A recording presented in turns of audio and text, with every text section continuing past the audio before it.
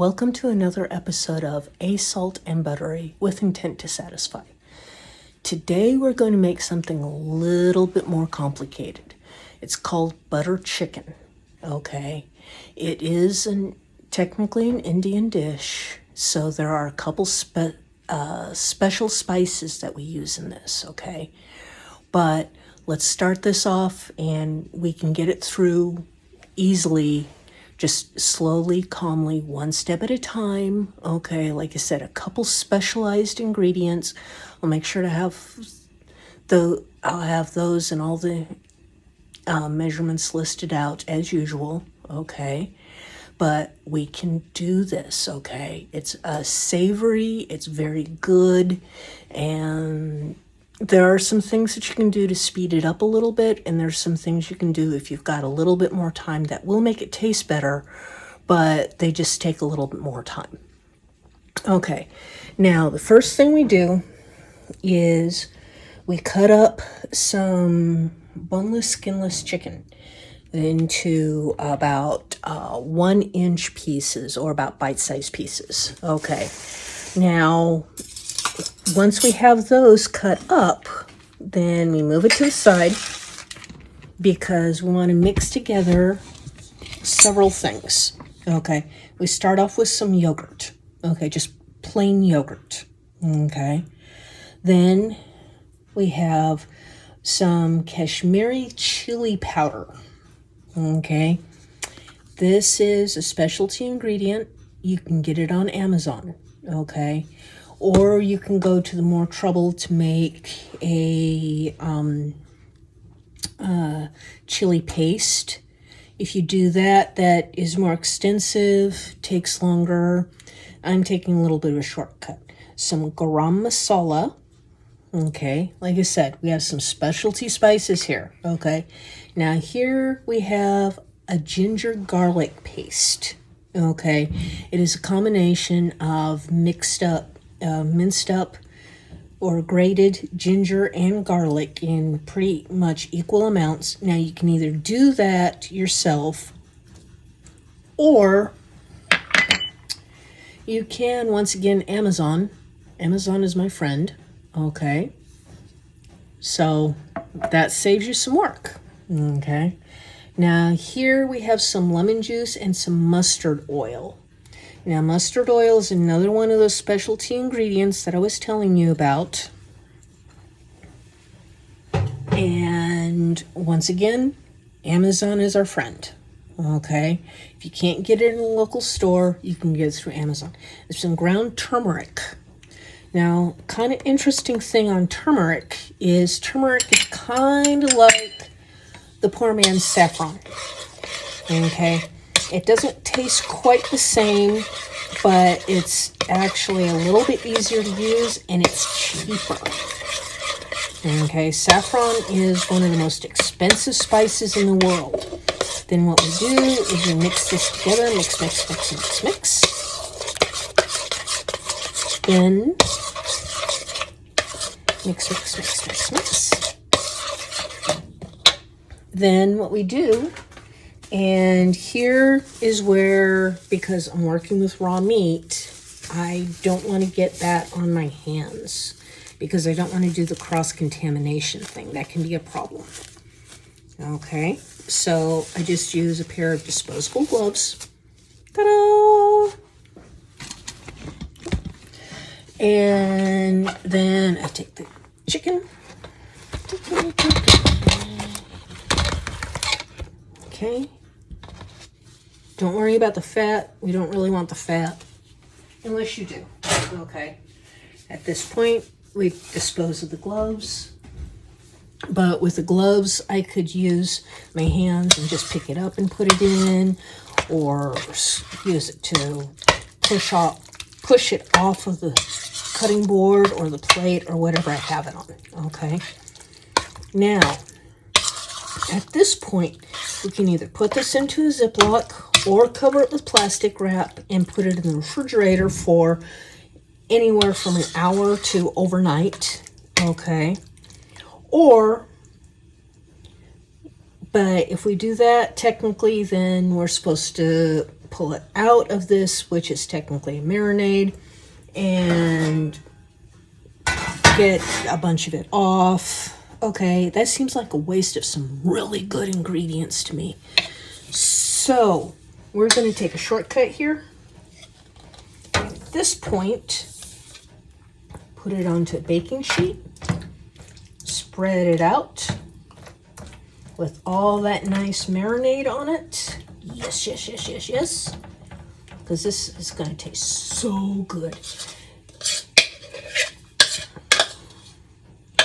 And now put it into a 450-degree oven. Okay. Do it in a 425-degree oven for about 20 minutes. Okay, because the chicken's defrosted, it's cut into pieces. It'll only take about 20 minutes to cook, 20 to 25 minutes to cook. You want it cooked through. So put that into the oven, okay?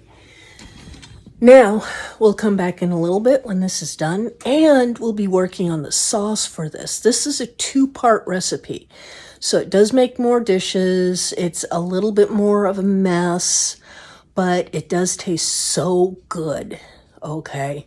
And this can be served with rice, with naan bread, with rice and naan bread, or just on its own if that's what you really want.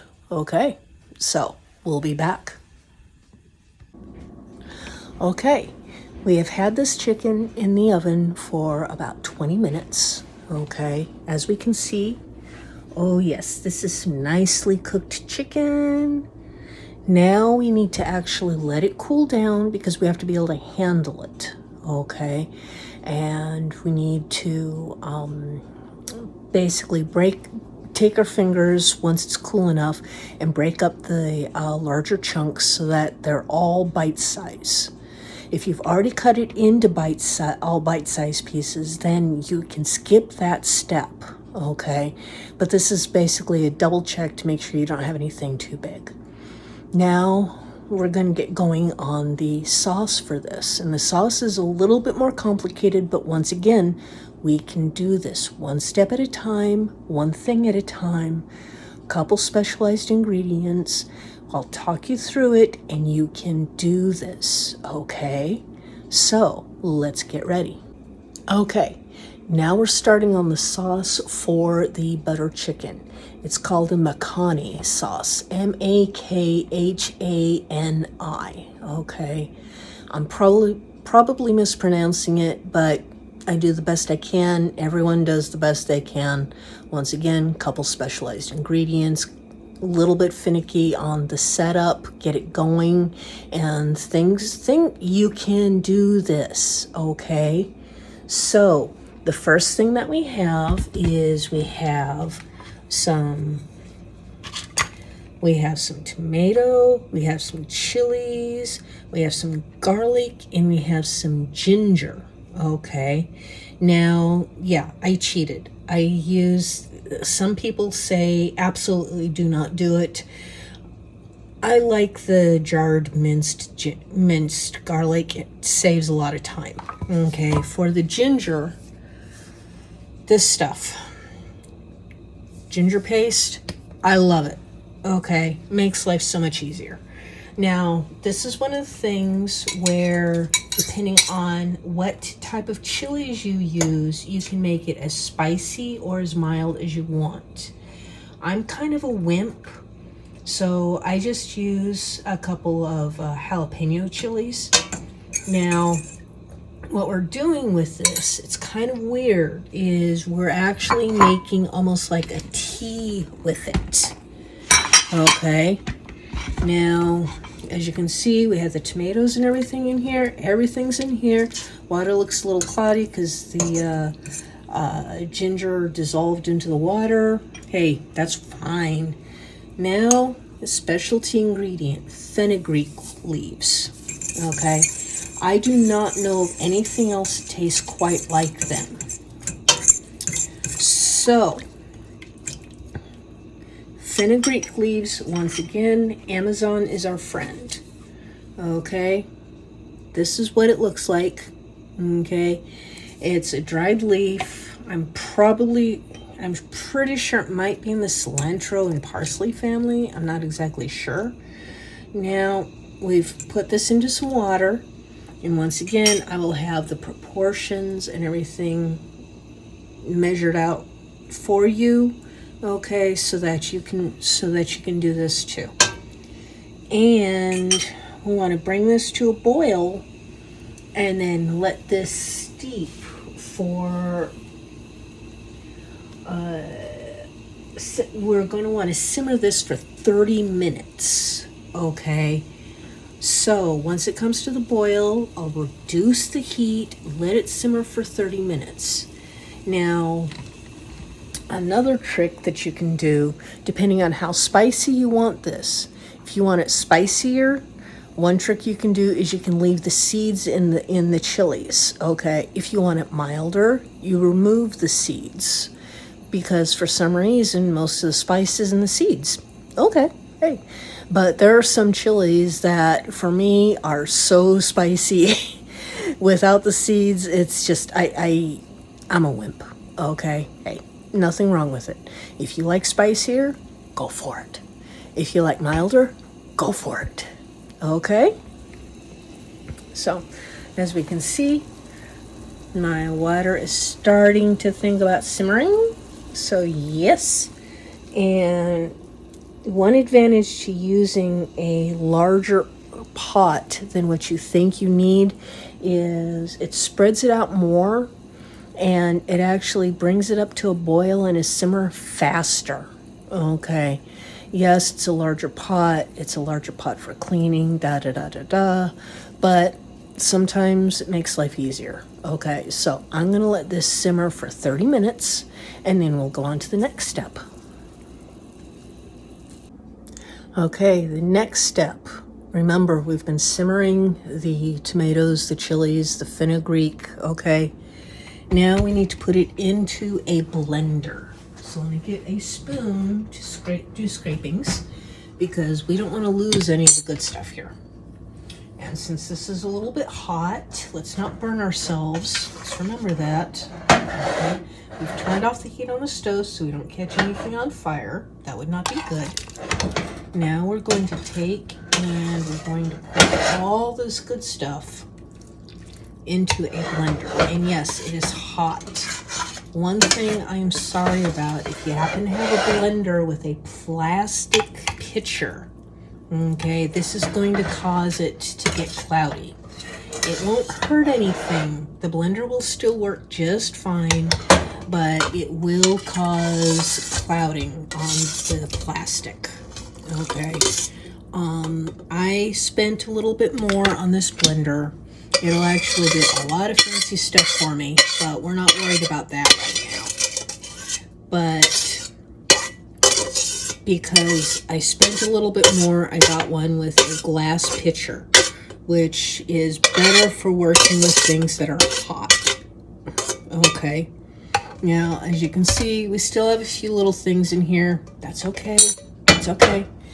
Now, we're going to have to transfer over and make some noise. Okay, I made a slight mistake. I forgot to hit the start button for the video after the blender was done. So I'm going to talk you through what I did, and we can go from there. Anyway, so after the blender was done, I then put everything back into the pot. I put it over a low heat, and at that point I added the butter and the tomato paste, and I stir. Okay, and after you've added the butter and the tomato paste, if you wish to, at that point you can stop and you can freeze the sauce. This is actually a really good sauce. There's no reason why you can't use it for other recipes. Anything that you think this might taste good on, go for it. Okay, if you do like it that much, go ahead and make a larger batch. Okay, stop at the point of having added the butter and the tomato paste and stirring it in and getting the butter all melted. Once the butter is melted, then you either stop if you're going to be freezing it, or you go ahead and add the salt and either the heavy cream or the yogurt. Okay, I personally prefer to use plain yogurt, but it's personal taste, personal preference. Okay, I also prefer to use non-iodized salt. The iodized salt can, to me, give a slight off taste to things. Okay, so I just don't have it, and it really shows up more when you're doing pastries and things like that. So since I do that on occasion, okay, instead of keeping 6 different salts around, I just keep one. Makes life easier. And for the butter, I prefer to use unsalted butter because there can be different salt levels depending on the batch, depending on the company that made it. So this way I get a more consistent product. But if you have a butter that you absolutely love, okay, then use that. I would really recommend not using margarine for this, because that's going to not taste the same. It's not going to react the same. And what we're looking for is exactly what we have here, a nice creamy sauce. And trust me, this is so good. Now all I have to do is mix I like to mix the chicken into the sauce. You can serve it on the side, okay? That's fine too. Personal preference. But I like to mix it into the sauce and then serve it over. You can serve it over rice, you can serve it over pasta, you can serve it with naan bread. You can serve it anything that might taste good. Okay, go for it. Have some fun with this. So once again, this was A Salt and Buttery with Intent to Satisfy. And this was butter chicken. Thank you. And let me know what you think.